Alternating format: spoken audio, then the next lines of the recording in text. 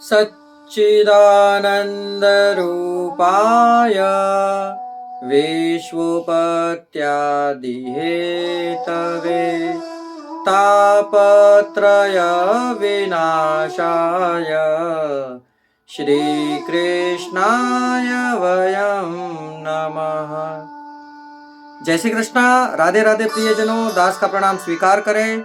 और आज के पुष्टि गोष्ठी के प्रश्नों में ये दास उपस्थित है आपके सामने कुछ और प्रश्न लेकर। तो चलिए मेरे साथ मिलकर पुष्टि मार्ग के नियमों को जानिए और अपने घर में विराजमान जो भी आपके सेव्य ठाकुर जी हों उनकी सेवा आनंद पूर्वक करिए। अब तक हमने आपसे 60 प्रश्न 5 भाग बनाए हमने। अब 61वां प्रश्न शुरू करने से पहले दास आपसे विनती करना चाहेगा कि यदि आप हमारे चैनल पर नए हैं तो हमारे चैनल को सब्सक्राइब कर दीजिए, बेल आइकन बटन को दबा दीजिए, जिससे आप घर बैठे ही पुष्टि मार्ग को सीख सकेंगे। शुरू करते हैं 61वां प्रश्न। मंगल भोग की सामग्री ठाकुर जी को जगाने से पहले क्यों पधरा कर रख दी जाती है? इसका तात्पर्य यह है कि मंगल भोग की सामग्री पहले ही तैयार इसलिए कर दी जाती है क्योंकि हम जब ठाकुर जी की सेवा करते हैं वो होती है बाल भाव की सेवा। जिस प्रकार आपके घर में कोई बालक हो तो उसे कैसे उठाने से पहले आप उसका दूध तैयार कर देते हैं कि वो उठकर रोए ना, ऐसे ही हमारे प्रभु जो हट पे ना चढ़े और उनको जगाने के तुरंत बाद मंगल भोग धर दिया जाता है। प्रश्न नंबर 62। श्रृंगार भोग कब आता है और इसमें कौन कौन सी सामग्री आप धर सकते हो? तो ठाकुर जी को श्रृंगार भोग जब आप ठाकुर जी को श्रृंगार कर रहे हो उस समय एक तरफ छोटा सा पड़घा पधराकर उसके ऊपर जो भी आप धर सको, दूध घर की सामग्री हो जैसे नागरी, दूध का मावा, बूरा यानी कि चीनी को पीस लीजिए वो बूरा, और लीली मेवा यानी कि फ्रूट आदि आप धर सकते हैं। श्रृंगार होने के बाद उस भोग को आप ठाकुर जी के समक्ष भी पधरा सकते हैं। प्रश्न नंबर 63। क्या वैष्णवों के वहां पल्ला हो सकते हैं और पल्ला भोग क्या क्या धर सकते हैं? हाँ, इसका उत्तर है वैष्णवों के वहां पल्ला हो सकते हैं, परंतु यदि उनके वहां पर कोई सगवड़ नहीं है अर्थात कोई चीज नहीं है पल्ला की, तो ठाकुर जी को पधराने के बाद घुघरा होते हैं, चकेड़ी होती है, इनकी भावना से आप इन ठाकुर जी को खिला सकते हैं। मन में भावना रख सकते हैं कि प्रभु झूल रहे हैं और इन चीजों से खिला सकते हैं। अब आती है इसमें भोग क्या धर सकते हैं? तो इसमें दूधगर, नागरी, सूखा मेवा, लीला मेवा, यथाशक्ति आप जो भी धर सकते हैं वो धर सकते हैं। अब आती है प्रश्न नंबर 64। तो राजभोग में कौन सी सामग्री प्रभु को धर सकते हैं? तो राजभोग में सखड़ी का क्रम ज्यादा बताया गया है, जिसमें आप प्रभु को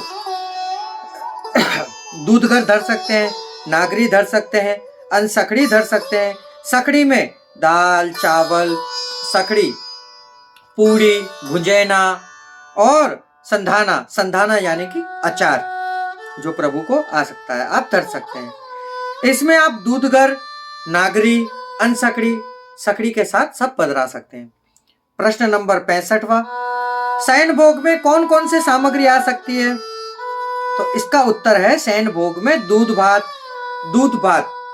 यानी कि खीर, दाल भात जिसको दाल और सखड़ी, शाक, कढ़ी, पूरी, पापड़ वगैरह यथाशक्ति आप भोग में ठाकुर जी को अंगीकार करा सकते हैं। पुष्टि मार्ग में सेवा प्रभु की बाल भाव की है, उनको ये सब चीज बहुत प्रिय है।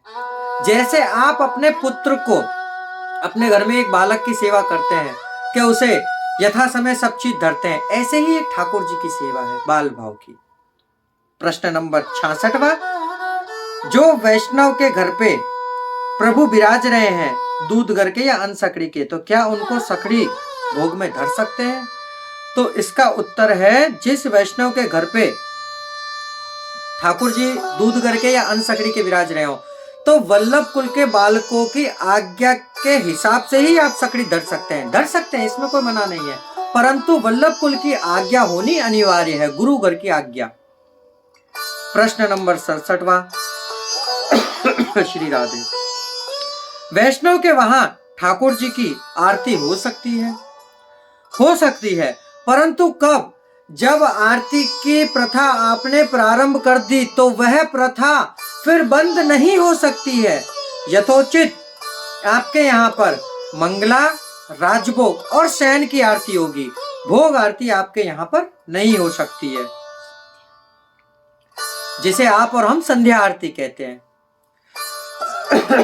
परंतु आरती का क्रम मैं आपको एक सूक्ष्म क्रम बताता हूं। आरती का क्रम कैसा है कि कोई वैष्णव को यदि आरती करने का मन में भाव हो तो वह अपने उपरना इस प्रकार उपरने की इकलाई से आरती का भाव कर सकते हैं। 68वां प्रश्न। अभ्यंग स्नान किससे होते हैं? तो अभ्यंग स्नान करने के लिए आपको प्रथम तो आंवला, जिसको उकाल लिया जाता है, उसके बाद उसमें सौंधा का अतर, ऋतु के अनुसार शीत हो या उष्ण ऋतु हो उसमें समर्पना चाहिए, साथ में फुलेल, समर पे चंदन, केसर और जरा सी उसमें ब्रास पधराकर जन्माष्टमी को, रामनवमी को और अन्य उत्सव में अभ्यंग प्रभु को होते हैं, साथ में गुलाब जल भी अवश्य पधराएं। 69वां प्रश्न। फूलमाला प्रभु को विनियोग कैसे कराते हैं और इन फूलों का भाव क्या क्या है? तो इसका उत्तर है, प्रभु के श्री कंठ में विविध माला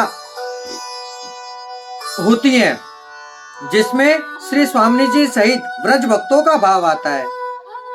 गुंजा माला चारे स्वामी जियों के भाव से आती है। सफेद फूल जो श्री चंद्रावली जी के भाव से, कमल के पुष्प जो श्री स्वामी जी के हृदय का भाव है, लाल फूल जो श्री कुमारिकाओं के भाव है और गुलाब का फूल जो श्री स्वामी जी का हास्य स्वरूप है। बाकी के जो हरे पान हैं वह ब्रज भक्तों के भाव से आते हैं। अंतिम 70वां प्रश्न। चरण स्पर्श की भावना कैसी होती है? तो इसमें कहा गया है, श्री ठाकुर जी के चरणारविंद भक्ति का स्वरूप कहा गया है। चरण स्पर्श करने से साक्षात भक्ति हमारे हृदय में प्रवेश करती है, जिससे हमें भक्ति का दिन प्रतिदिन भाव बढ़ता है हमारे अंदर। प्रभु के चरणारविंद की रज हम आंखों पर, मस्तक पर और हृदय पर लगाने से भक्ति हमारे अंदर प्रवेश करती है, जिससे हमारे अंदर दास्य भाव और दैन्य भाव प्रकट होता है। तो प्रियजनों, ये थे आज के 10 पुष्टि मार्गीय के प्रश्न, जिसे आप और हम पुष्टि प्रश्नोत्तरी के नाम से संबोधित कर रहे हैं। यदि आपको पुष्टि मार्गीय के ये प्रश्न आनंद पूर्वक लग रहे हो तो हमारे चैनल को सब्सक्राइब करके बेल आइकन बटन को दबा दीजिए। अब इस दास को आज्ञा दीजिए। जय श्री कृष्णा, राधे राधे, जय जय श्री वल्लभ।